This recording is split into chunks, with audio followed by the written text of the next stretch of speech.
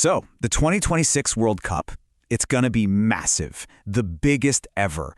But you know what? Its toughest match isn't gonna be on any field. Nope, it's playing out right now at this really dangerous crossroads where global sports meet a very real, very hot geopolitical conflict. And that brings us to the big question, right? Can the world's biggest party, this huge sporting event, actually go ahead with the shadow of war hanging over it? I mean, think about it. For the first time in modern history, we've got a host nation in an active military conflict with a team that's supposed to be playing there. How on earth does an event that's all about unity deal with the reality that's just pulling everything apart? All right, so let's break this down. Here's the situation. You've got the United States, one of the 3 hosts for the tournament, involved in a military conflict with Iran.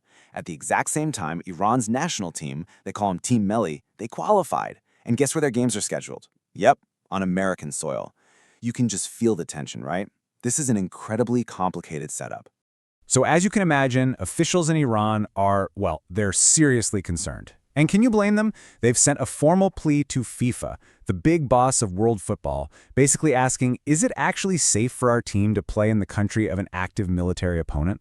And their argument really boils down to 2 huge hurdles. First, you've got the location. All of their scheduled games, they're on the U.S. West Coast. But the second point, and this is the big one, is security. We're talking about an active military conflict, and that raises some terrifying questions about the life and safety of their players. And that's a direct quote from them. So what's Iran's solution? Well, they're not saying they're going to boycott or anything like that. Their request is actually pretty straightforward. They've asked to move all of their matches out of the U.S. and over to Mexico, the other co-host. Neutral ground. Seems like a pretty reasonable ask, right? Well, let's just say the response they got wasn't exactly what they were hoping for.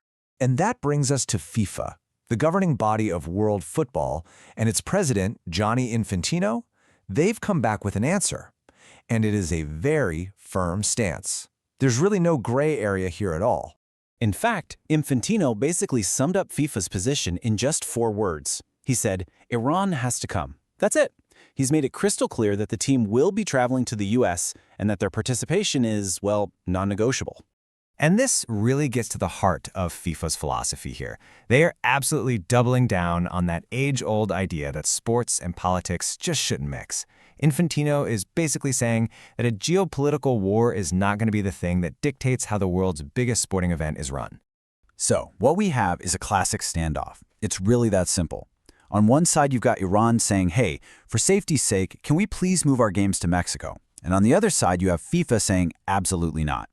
They're blaming logistical impediments and just refusing to budge on the schedule. It's like an immovable object meeting an unstoppable force. Now, to back up his argument, Infantino has also tried to add a bit of a human touch to all this. He said that he actually visited the Iranian team recently at their training camp.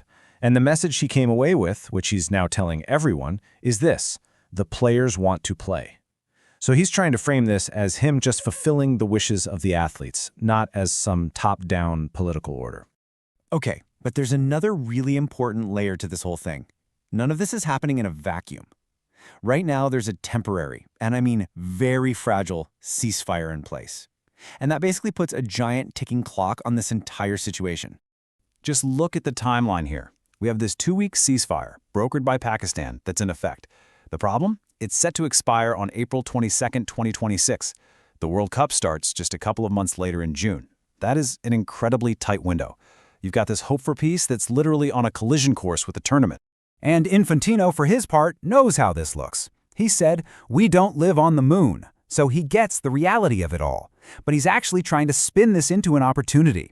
He's positioning FIFA as more than just a sports organizer. He wants them to be a diplomatic force, an organization that's building bridges between nations at war when nobody else is, all by using the one thing everyone can understand: football. So where does that leave us? Basically in a complete deadlock. FIFA is insisting the games will be played in the U.S. as planned. Iran has gone on record saying they can't participate under these conditions. And with that clock ticking down, Iran's entire World Cup journey is just up in the air. And this isn't just some abstract debate, This is real. These are actual matches on the schedule. On June 15th, Iran is supposed to play New Zealand in Los Angeles. Then on the 21st, it's Belgium, again in LA. And on the 26th, they're slated to face Egypt up in Seattle. These are real dates, real places, and they're coming up fast, with absolutely no solution in sight. Which really just leaves us with one massive critical question. When sport and politics collide this hard, what gives first? FIFA is making a huge bet here, a bet that the beautiful game can somehow rise above all this. But in a situation this explosive, with players' safety on the line and national pride at stake, something's got to break. The only question is, what?